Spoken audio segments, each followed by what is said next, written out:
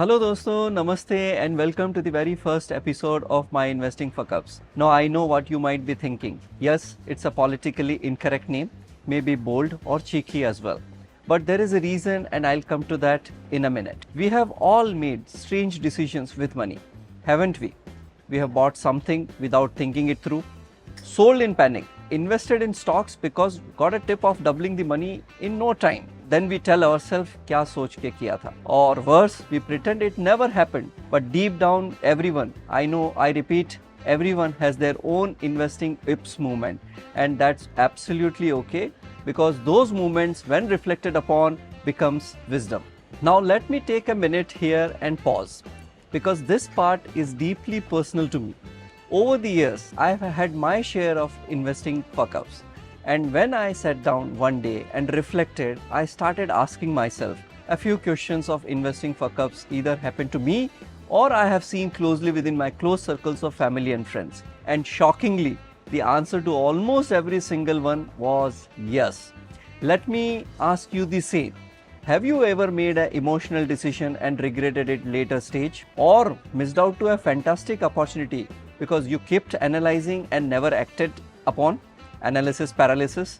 Invested in something decent, but when you needed the money, you couldn't exit. Having seen some families fight badly over joint family investment and eventually everything going down the drain. Have you seen someone who had built good wealth all his life but never planned how to pass it on to the next gen? No structure, no will, no clarity. Sometimes the investing decisions were all right but ended up paying heavy taxes, making the post-tax returns looking mediocre. Invested more than you could afford, over-leveraged, and then one day you reflect, yaar, I wish I had known all this when I was either 20 or 25. Truth is, the investing is a very deeply personal subject. We all make mistakes, but we rarely talk about them.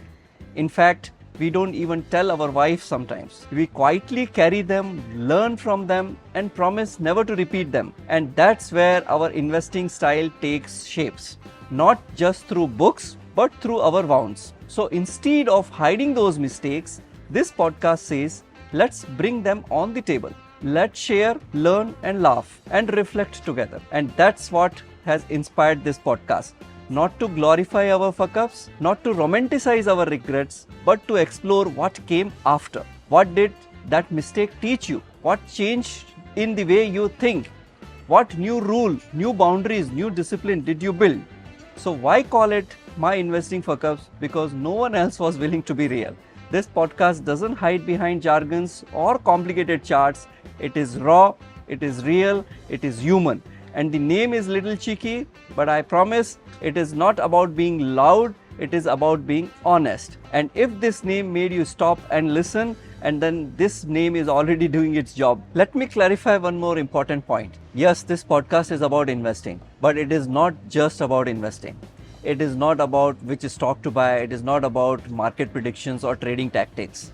This podcast is about our evolving relationship with money, wealth and risk across different phases of our life. Investing is the starting point, but what we are really talking about is decision making, habits, emotion, stress, time, relationships, purpose and legacy, and how all of that comes together in our wealth journey. Now I want to share a little personal context because this podcast didn't come from a whiteboard. It came from life. I started with a negative balance sheet. My father had taken loans, some business ventures failed, and the only priority I had at 22 was to earn, repay and get stable, get on my own foot. And that's it. So I worked hard, saved, played it safe. By 35, I was financially comfortable. I had enough for my needs, and that's when I took a different path. I decided to become an entrepreneur, took some risk, built something on my own. At 45 today, I, along with my partner, we have built a decent business, maybe a bit of wealth, enough for my modest lifestyle. Over the period of time, what has evolved is my relationship with money and wealth. There was a time when I could take a lot of stress to make money. Miss sleep, no problem. No vacations, chal raha hai. But today at 45, I would still work hard, still chase opportunities, but I won't take the same level of stress anymore. Today, I asked myself, how can I build wealth in a blissful way? How can I stay calm, healthy, and joyful while still growing financially? Of course, I want a bigger bank balance, but not just the bigger bank balance. I want a blissful balance of work, life, health, peace, and wisdom. And I believe that is possible. It takes awareness, maturity, and willingness to redefine success. One day I paused and asked myself, what am I really chasing at this stage of life? After deep reflection, I came with 4 words: richer, wiser, healthier, and happier. Richer, not just in money, but in experience, knowledge, impact, and joy. Wiser, no shortcuts, only win-win, walking away from deals that don't align. Healthier, without this, of course, nothing else matters. And happier, not someday, now every day must add to the joy. And that, my friends, is the real journey. Not just of money, but of mindset. So here's what this podcast truly stands for.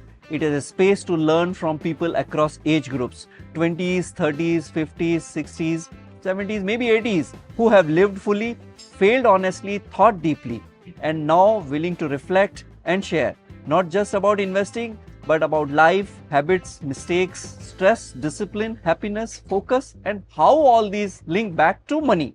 We will explore how our relationship with wealth evolves over time and how we can find a blissful, stress minimal, wise way to manage it. So that's why we are here. This podcast will bring you stories, philosophies, reflections, and yes, a few fuck ups too. But more than anything, it will bring you a perspective. And with that, let's begin.